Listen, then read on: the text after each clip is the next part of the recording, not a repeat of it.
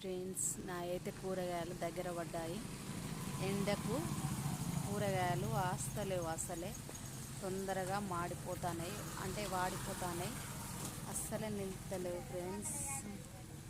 అది ములకనూరు అంగడికి అమ్మడానికి పోతారు వాళ్ళ కూరగాయలు అవి అన్నట్టు. హుస్నాద్ అంగడికి నిన్న పోయిండ్రట, శుక్రవారం నాడు, నిన్న అంటానా సారీ.